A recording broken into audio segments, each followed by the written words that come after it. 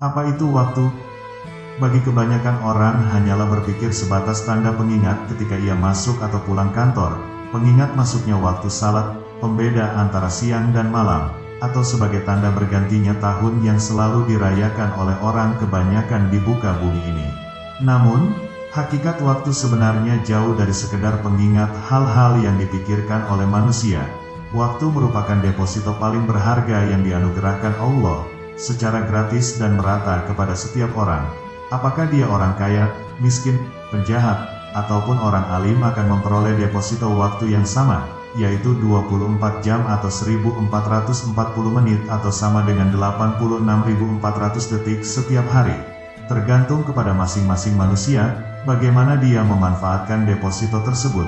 Sehingga tidak heran jika para pebisnis bersemboyan, waktu adalah uang, para pelajar berkata, waktu adalah ilmu, dan menurut para abdi Allah, waktu adalah ibadah.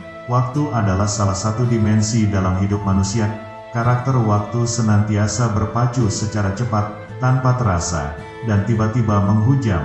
Tidaklah heran masyarakat Arab mengkiaskan cepatnya waktu dengan kilatan pedang menyambar. Waktu laksana pedang, jika kamu tidak memanfaatkannya, maka ia akan menebasmu.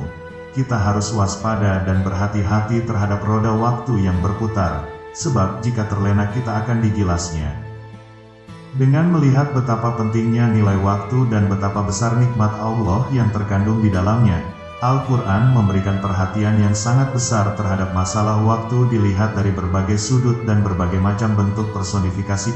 Allah bersumpah pada permulaan surat tertentu dalam Al-Quran, dengan menggunakan fase tertentu dari waktu seperti wal laili wan nahari, demi malam dan siang, wal fajr, demi waktu fajar, wat duha, demi waktu duha, wal as, demi waktu asyar. Hidup akan bermakna selama manusia mampu memberikan makna terhadap waktu. Bahkan dalam surah Al-As, menegaskan dan memberikan perhatian khusus terhadap nilai dan esensi waktu sebagai sebuah peringatan. Demi waktu, sesungguhnya manusia pasti dalam keadaan rugi, kecuali mereka yang mampu memberikan makna terhadap waktu, dengan penunjukan amal prestatif, dan saling berwasiat dalam kebenaran dan kesabaran. Waktu merupakan rangkaian saat momen, kejadian, atau batas awal, dan akhir sebuah peristiwa. Hidup tidak mungkin ada tanpa dimensi waktu, karena hidup merupakan rangkaian gerak yang terukur. Bahkan, dapat dikatakan bahwa waktu adalah salah satu dari titik sentral kehidupan. Seseorang yang menyia-nyiakan waktu, pada hakikatnya dia sedang mengurangi makna hidupnya. Bahkan, kesengsaraan manusia bukanlah terletak pada kurangnya harta, tetapi justru karena membiarkan waktu berlalu tanpa makna. Islam memberi peringatan keras kepada pemeluknya agar tidak menyia-nyiakan waktu begitu saja, ataupun mengisinya dengan hal-hal yang dapat menimbulkan dampak negatif. Sebagaimana sabda Nabi Muhammad, yang diriwayatkan oleh Ibnu Abbas radhiyallahu anhu, artinya, ada dua kenikmatan yang kebanyakan disia-siakan manusia, yaitu kesehatan dan waktu luang. Hari, Tirmidzi. Kesehatan dan waktu luang adalah dua hal yang sangat melimpah dalam kehidupan manusia. Dalam pandangan seorang muslim, kesehatan dan waktu luang termasuk dalam deretan nikmat-nikmat terbesar, yang pada kenyataannya banyak manusia membiarkan bahkan disia-siakan, dengan kegiatan yang tiada guna dan artinya. Oleh karena itulah, Nabi Muhammad menyeru kita semua untuk memanfaatkan dua nikmat tersebut secara benar, yang diisi dengan berbagai aktivitas bermanfaat, dan semakin memperteguh kepribadiannya sebagai orang yang beriman, konsisten dan serius terhadap nilai-nilai Islam. Tidak ada seorang pun yang dapat meraih sukses kecuali dia merebut lalu menundukkan waktu dalam penggalan-penggalan kegiatan, rencana, dan target-target yang harus diraih.